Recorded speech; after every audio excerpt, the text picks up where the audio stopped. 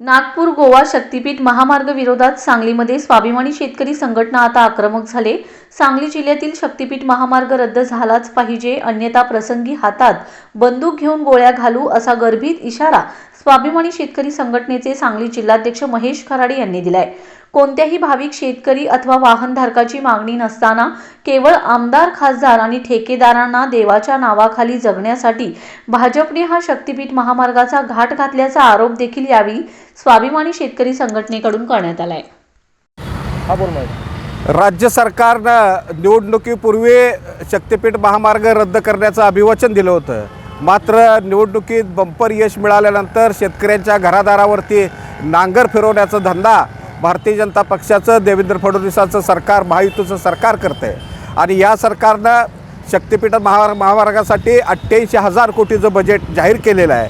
खरं तर राष्ट्रीय महामार्गाचा 1 किलोमीटरचा दर हा 25 कोटी रुपये 1 किलोमीटरसाठी लागणारा खर्च आहे आणि शक्तीपीठाचा मात्र 108 कोटी आहे। याचाच अर्थ ठेकेदारांना जगवण्यासाठी, राज्यकर्त्यांना जगवण्यासाठी, आमदार खासदारांना जगवण्यासाठी देवाच्या नावावर, भाविकांच्या नावावर हा धंदा भारतीय जनता पक्षानं उघडलेला आहे। एवढ्या मोठ्या प्रमाणात पैशाचा अपव्यय करून कोणत्याही शेतकऱ्याची, कोणत्याही भाविकाची, कोणत्याही वाहकाची इच्छा नसताना हा महामार्ग तयार करण्याचं षडयंत्र भारतीय जनता पक्षाचं सरकार करतं आहे आणि त्याला जिल्ह्यातल्या सांगली जिल्ह्यातल्या शेतकऱ्यांचा विरोध आहे। सांगली जिल्ह्यामध्ये द्राक्ष शेती आहे, सांगली जिल्ह्यामध्ये डाळिंबाची शेती आहे आणि सांगली जिल्ह्यातला एक भाग सांगलीवाडे असेल, कर्नाळ असेल, पद्माळ असेल, बुधगाव असेल हा महापूरग्रस्त आहे आणि या ठिकाणी पुन्हा जर महामार्ग झाला तर ही सगळी गावं महापुराखाली येणार आहेत आणि आमचा मनेराजोरे, नागावसारखा भाग द्राक्षपट्ट्याचा आहे आणि हाडाची काढाने रक्ताचं पाणी करून